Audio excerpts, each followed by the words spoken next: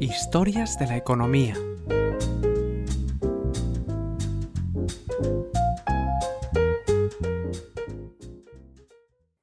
Episodio 181. Dieter, los motores extremeños que conquistaron el mundo y ahora se cuelan en la Casa Real.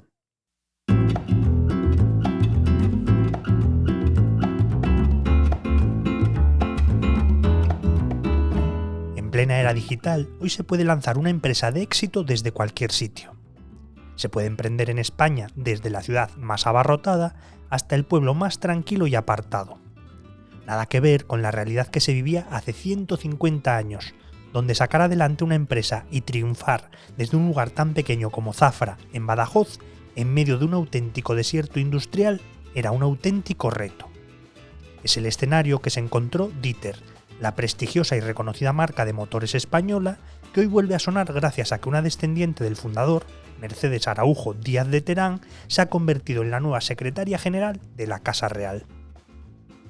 Para conocer la historia de Dieter hay que remontarse a la segunda mitad del siglo XIX. En aquella época, la familia de Manuel Díaz de Terán llega a Zafra, huyendo de las tropas de Isabel II en Sevilla. De origen humilde, pero con experiencia en el campo de la cerrajería, lanzan su propia empresa allá por 1880, a la que llaman Santa Brígida. Sin embargo, este hombre inquieto e inconformista decide rápidamente ampliar su negocio, incluyendo trabajos con madera. Aunque las circunstancias eran complicadas, su fábrica iba en auge y las ganancias no dejaban de crecer. Y se plantea dar un paso más, incorporar a su empresa una fundición de hierro. Contaba, de su época en Sevilla, con diversas herramientas como tornos, fuelles, martillos y hasta un sencillo horno. Tenía todo lo necesario. Fabricaba rejas de ventanas, herraduras, pero los comienzos de esta línea de negocio no fueron nada fáciles. Primero, por la propia situación económica de la región, y segundo, porque de su fábrica salían muchas piezas en mal estado. Pero cuenta con un benefactor, un religioso al que se le conoce como Padre Heredero, fundador del convento del Rosario, y que parece que le hizo numerosos encargos, clave para que la compañía saliese adelante.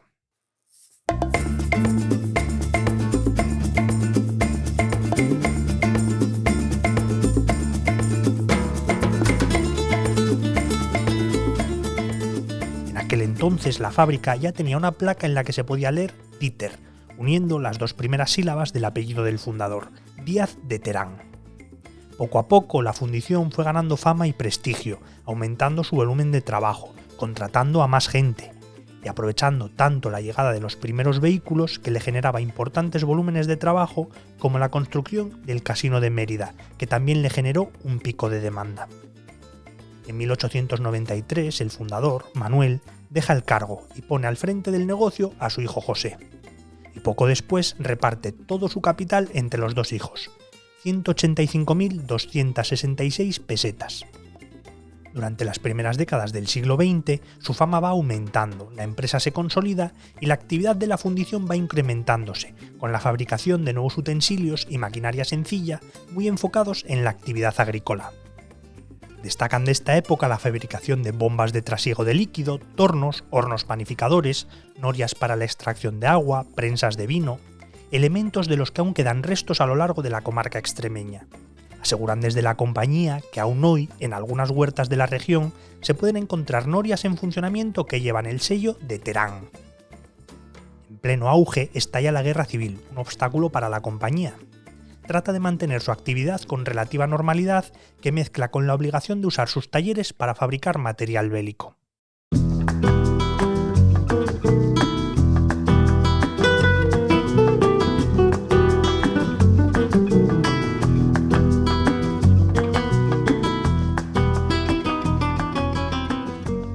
Una vez finalizado el conflicto, con el país en una situación económica horrible, carencias a todos los niveles y la dictadura apostando por potenciar el sector primario, en Dieter se dan cuenta de que se necesita maquinaria y se embarcan en su fabricación. Pero quieren ir un paso más allá, quieren crear su propio motor. Inician la tarea en 1940, con empeño y ahínco, poniendo en la tarea todo su conocimiento, hasta que en 1949 llega el gran logro: patentan el primer motor Dieter, la primera gama de motores motocilíndricos fabricados en España. Pronto comenzaron a comercializarse por todo el país, adquiriendo rápidamente una fama que mantienen hasta nuestros días. Se convirtieron en una de las compañías más relevantes de España, con repercusión en el mercado de aplicaciones electrógenas, entre otros sectores. Desde el desierto industrial, desde una de las zonas con menos recursos, había logrado conquistar todo el país. Era un auténtico hito. La empresa era la número 1 de la región, empleaba a más de 1000 personas directamente y había impulsado el crecimiento de Zafra. Pero la industrialización no permite estancarse, obliga a ser versátiles y a modernizar su tecnología para no quedarse atrás. En los 60, con ese objetivo, empezaron a tantear otras empresas españolas, buscando colaboración. Pero la realidad del país en aquella época era dura, y no había ninguna compañía que reforzase su capacidad de desarrollo y producción. No les queda más remedio que mirar en el extranjero.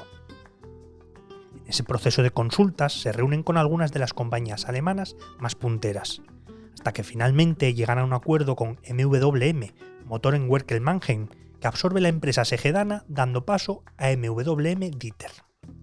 El grupo alemán era uno de los más prestigiosos del momento, gracias a la fiabilidad de sus motores diésel, y como parte del acuerdo se comprometen a fabricarlos en la planta de Zafra.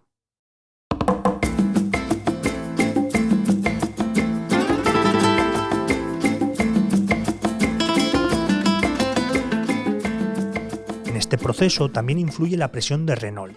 MWM era el proveedor de los motores para los tractores de la compañía francesa, que exigía que se hicieran en España. Y Dieter era de las pocas compañías, por no decir la única, que cumplía las exigencias de calidad y desarrollo necesarias. Tras integrarse en el grupo alemán, llegó la mayor época de esplendor de la compañía. Durante los 70, la producción y la fabricación fueron en constante aumento. La potencia pasó de 5 a 150 caballos. Los motores alcanzaron los 6 cilíndricos refrigerados por aire o por agua, y para aplicaciones marinas, además de mantener sus servicios con la industria de obras públicas o de agricultura, que es una de las que mayor aplicación tuvo. Sus motores se vendían en todos los continentes. A mediados de la década da el siguiente gran salto, abriendo una nueva factoría en Madrid con 1.200 trabajadores. Un movimiento polémico y poco claro que provocó importantes protestas en Zafra, que temía quedarse sin la principal compañía de la región. Más de 1000 personas se encerraron durante 10 días en el Templo de la Candelaria, la movilización sindical más importante de Extremadura tras la muerte de Franco. Por otro lado, también es la época del boom de la publicidad, y Dieter no se queda atrás. Por ejemplo, se convierte en el patrocinador del Club Deportivo Zafra, el histórico club del pueblo, que tiene como hitos haber jugado 7 temporadas en Segunda División B y ser el primer equipo profesional del exfutbolista y comentarista Poli Rincón.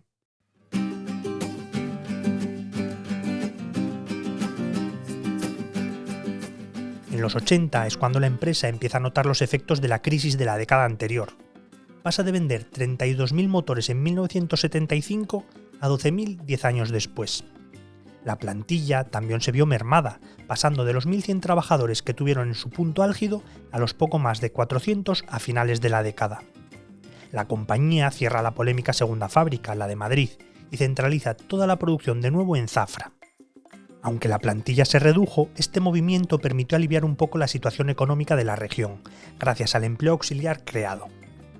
La solución a la crisis la tuvo el grupo KHD, también alemán, que en 1987 absorbió MWM y con ello también Dieter.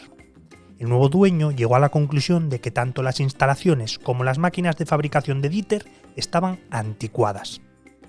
El grupo alemán llevó a cabo una importante inversión para modernizar el equipamiento y las instalaciones y así aumentar la producción. De paso, aumentó el número de proveedores, desarrollando la industria local y nacional. Poco después, KHD cambió de nombre, convirtiéndose en Deutz. Los motores empezaron a denominarse Deutz Dieter. Los 90 son una época de ajustes. Deutz Dieter se especializa en la producción de componentes para las plantas de la matriz en Alemania, mientras que la gama de motores se ajusta, con una fabricación menor en Zafra de tan solo 5.500 unidades al año. También es una época en la que aumenta la competencia internacional, con empresas como Yanmar o Lombardini, entre otras. Hasta que a partir del año 2006, Deutz toma una importante decisión, dejar de fabricar motores en Zafra y dedicarse al 100% a los componentes.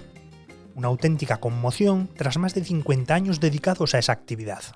En 2008 se fabricó el último motor Deutz Dieter.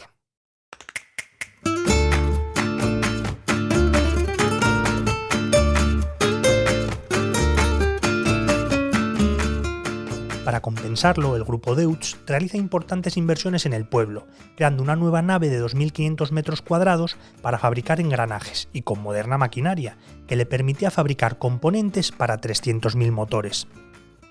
Finalmente, desde 2013, Deutz abandona la denominación Dieter, poniendo fin a más de un siglo de historia. La compañía se renombró como Deutz Spain y se ha especializado desde entonces en el suministro de piezas, que se comercializan desde Madrid.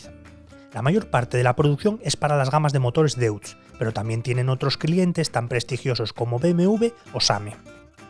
La compañía hoy no vive sus mejores días. Este mismo año ha presentado un ERTE por la caída de pedidos que reduce en un 25% la jornada de la plantilla, integrada por 400 trabajadores en la planta de Zafra.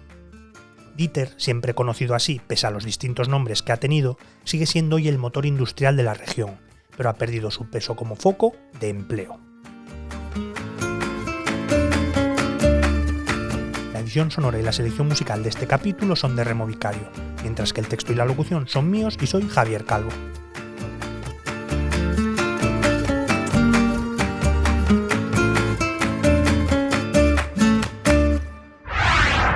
El Economista Podcast.